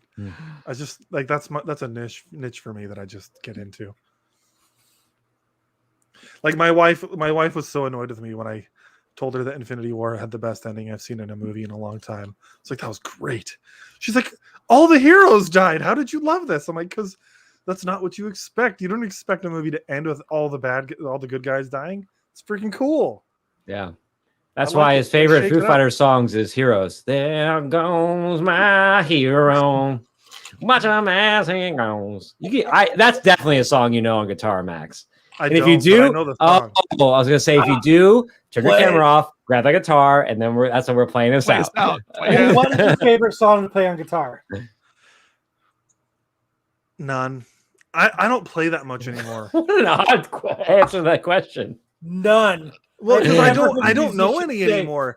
What? I only if you could learn to play a song, which would it be? I only play my songs anymore. So it's like, my favorite songs to play are the ones I've written. If you could take me back to college and bust out some slowly walking down the hall, faster than a cannonball, you could be. That's like the first song everyone learns in Blink-182. That was my Oasis is Wonderwall. Pretty much any Blink-182 song was my favorite stuff to play when I was in high school playing more. Talk You Off the Ledge. What is it? Oh man, shit. Never mind. What's My Age Again was kind of a challenging one. Papa Roach's Last Resort. Sugar Ray. And the beginning of Back in Black, I used to know how to play that. That was fun to play. Some of Van Halen's Eruption I used to be able to play. I'm not good enough that I could play all of it. Like Crazy Train. Yeah, little Randy Rhoads. Yeah. My fingers aren't as nimble anymore. I can only do rhythm guitar at this point. I used to be halfway decent at lead, but not anymore. So that's why I say nothing, because I don't remember any songs anymore. Play the Absolute Geek song. Oh, he's got it. I don't remember it anymore, but I know these chords. I got lots to do. Hold on. What is it? All you losers and freaks. Yeah, that's it. For Absolute Geek. Here we go. All you losers and geeks. It's time for Absolute Geek. Absolute Geek. And come with your butt cheeks and listen to Absolute Geek. Yeah! Yeah. Come and have a good time. We'll serve some Cosby wine. We'll talk about the Fuhrer. Doctor Strange chases time. So it's just like Groundhog Day. Hey, let's plug some podcasts. Let's get out of here. Slug it.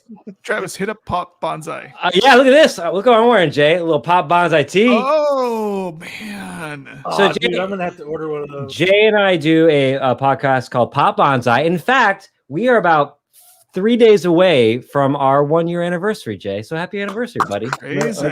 Happy anniversary, buddy. Thanks, man. Am I looking at you? Yeah. So what we do on Pop Bonsai is we try to we always used to use the word curate. We try to like take a big theme, like this last or theme or idea. Like last time it was summer, so we did beaches. So we try to pick stories or things that have to deal with a big topic like beaches. So for beaches, Jay, help me out. We watched a movie called Point Break. Yeah, we saw a read doc. the book. We saw a What's doc that? called Lords of Dogtown and the Logs Z Towards Boys movie. Dogtown Yeah. and Alex That's a great Garland's one. Beach novel. We read Alex Garland, the Beach novel. And at the end, once we would do about 3 or 4 different types of media on this big topic and discuss it, then we create a playlist that we put up on Spotify. We used to put up on YouTube, but Jay got rid of his account. And then we go through the songs and why we picked them. So we're trying to discover a pop culture's portrayal of certain ideas, whether they are accurate or cliches. And so when we package 3 or 4 different types of media together, it's been this really cool, interesting experiment where you're like, oh, there are connections here, or this offers a different take on it. So that's what we do with the Pop Bonsai podcast. And actually, this week I've been really enjoying it because we are about to embark on our Stephen King is the big idea. So it's not really a big idea. It's a really big premise. So we're going to be looking at Stephen King. Can I totally come on that episode? Well, it's 4 episodes. So we are currently reading. I don't know if you started reading it, Jay, but I am about 3 short stories into it. We are reading Stephen King's The Skeleton Crew. That's a collection of Stephen King's short stories, including the big novella, The Mist. So he's got The Mist in there. I finished reading The Mist, and I also finished The Tiger and the Monkey in there. Really good. And then what King movie are we watching, Jay? We're going to do the Salem's Lot. Salem's the one with David Soul. I think it was 1970s. Yeah. Something like that. And then we're going to do Joe Hill, Stephen King's son, graphic novel, Basketful of Heads. Yeah. And then we're going to put together a playlist on songs that we feel like are Stephen King-esque based on the readings and viewings we've done.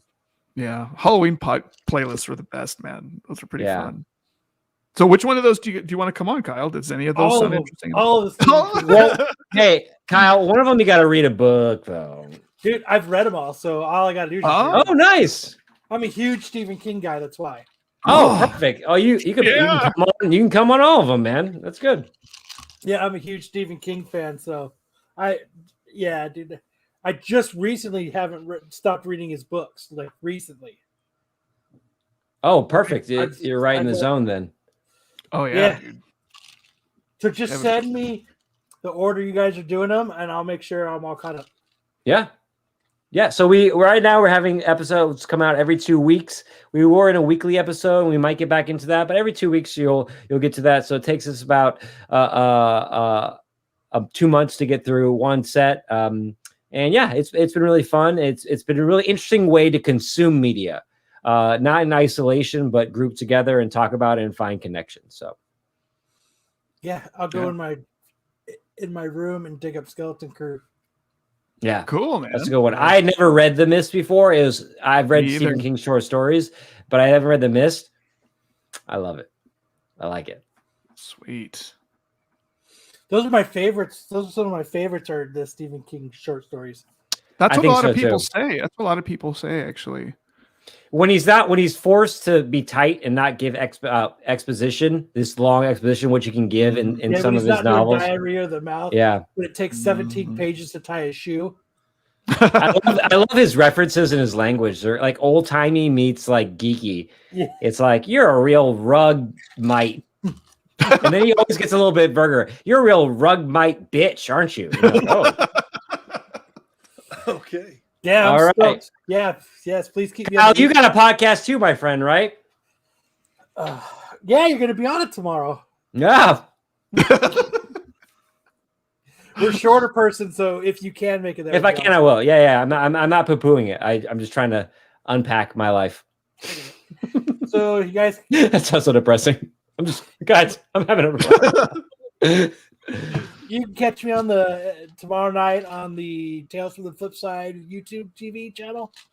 This is Modern Comic Mayhem, where it's not as much fun as this.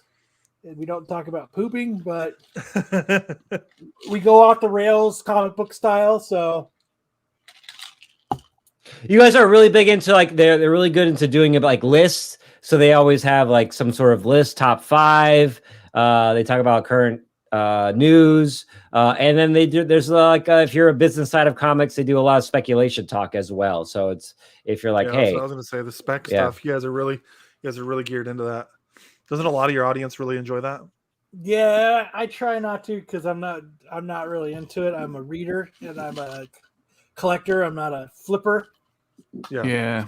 What books are you talking about this week, Kyle? What's coming up tomorrow? If people have been reading it, what it could, do you know? We're not doing comic reviews this week. Okay. Oh man, I'm trying to help you out, Kyle. I know it's gonna be a lot of the same stuff here. We're gonna do Titans. We're gonna do What If. We're gonna do Shang Chi because I think Ish went and seen that. So, and then we'll where can they tune in? Because you guys are a visual podcast. The Tales from the Flip Side channel. Just to type in Tales from the Flip Side. Like and subscribe. Yeah. And then they're the Modern Comic Mayhem. There's a lot of good shows around Tales for the Flip Side, so check out all those other ones. But mostly Modern Comic Mayhem for our boy Kyle. We have a lot of fun. We goof around. Last week we well, you guys are comic guys. We sent some books off to a smaller grader. Were you on that episode, Travis? Oh yeah, when you first started talking about it, that new you got him back. Is that what's did you get him back? So we got mine back a little bit ago, and we interviewed the guy, and then last week we got Marco's back because we had sent a bunch off, and the grades were so far off, and he created a new term called corner stuffing. And I've never heard of that term with comic books. What does that mean? Well, you never heard about it in comic books. Where else have you heard about corner stuffing, Kyle? You porn? Carnage, corner stuffing. Enter. But I don't know. Yeah, so we went on this rant about EGS, and that's what we kind of dive into. We kind of go to the other way of the mainstream of how people, talk about stuff. So it's a fun time, even though a lot of people don't think so. It's a fun time. What do you mean a lot of people? Do you guys have like 100? Yeah, you have like thousands of people that views, watch every week. You get about like 400,000% more views than we do. Well, like when we transitioned over, the Absolute Geek crowd did not transition well over to. It's a different vibe for sure, but it doesn't mean that your show is bad. It's just different than this one. We try to liven it up, but we try to stay in the sandbox. I Yeah. moved over from Couch Crunchers, and we do similar things here at Absolute Geek, but it's not quite the same. I think it's a bit different. But if you are here from Couch Crunchers, if you followed us over here, Sam is actually on Modern Comic Mayhem a lot of the time. So if you guys want to see what he's up to, check him out. He talks about anime over there a lot. He does an awesome anime bit, and he's our anime guy. And then it's nice having that non-comic view stance on, like What If and Titans and the movies, and we've got that non-comic person to actually with a view. So it's kind of nice having that different set of eyes. Yeah. Where we're comic nerds going, that didn't happen in the comics. We've got stuff that's going, well, this is great because. Yeah, that's what I think fucked me with Shang Chi, to be honest. Yeah, and I'm not familiar with the source material at all. I don't read many comics, so for me, I came in and I'm like, yeah, I don't know anything about this character, and I loved it. Probably also why I like Snake Eyes. I don't know anything about Snake Eyes other than that he's a GI Joe. So well, Max, before we end this plug segment, I will say, you know what we're gonna do is after our Stephen King one, Jay and I are thinking about doing a Kung Fu set. So we might have to get you to watch a Kung Fu movie with us as Fresh Eyes and talk to us about what you see. Yeah, I would love to. Everyone's invited. Yeah, let's go. Pop bonsai for everyone. I'm not trying to weasel my way in, but like I watched all the Bruce Lee movies, all the Jackie Chan's, Jet Li. No, that'd be. And I'm not as well versed, so I'm looking forward to forcing myself to get into this and seeing it. You know, I know the big stuff, but like getting some of that and feeling like really distilling down what is Kung Fu about Kung Fu. Like not that word itself, Kung Fu in the movies, not, you know, martial arts, not that, but Kung Fu. Like what is Kung Fu about my life? Kung Fu. Oh, dude. Kung Fu. You ever watch Drunken Master? Jackie Chan Drunken Master? Yes, I have seen that one. Dude, the old Jackie Chan Kung Fu, like I have them all DVDs. They're all sitting on my. That's like one of the very few DVDs I still have. Are all Bruce Lee and fucking Jackie Chan and Jet Li and stuff. So sorry, don't want to distract. Take us away, Max. No, now we're gonna talk Kung Fu. No, no, we're not. Like the Raid. Did you guys like the Raid and the Raid 2? I never seen it. Yeah, never seen the Raid? No, I have. I've heard the Raid. It's really good. Go watch the Raid. Maybe we might have to do the Raid. Okay.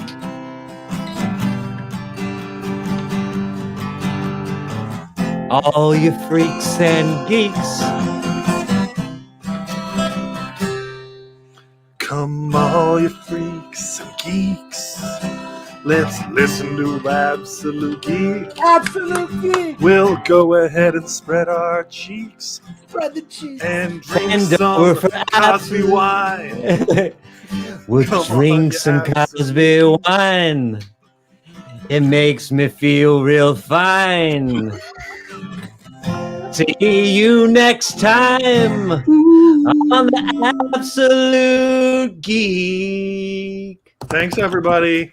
Bye.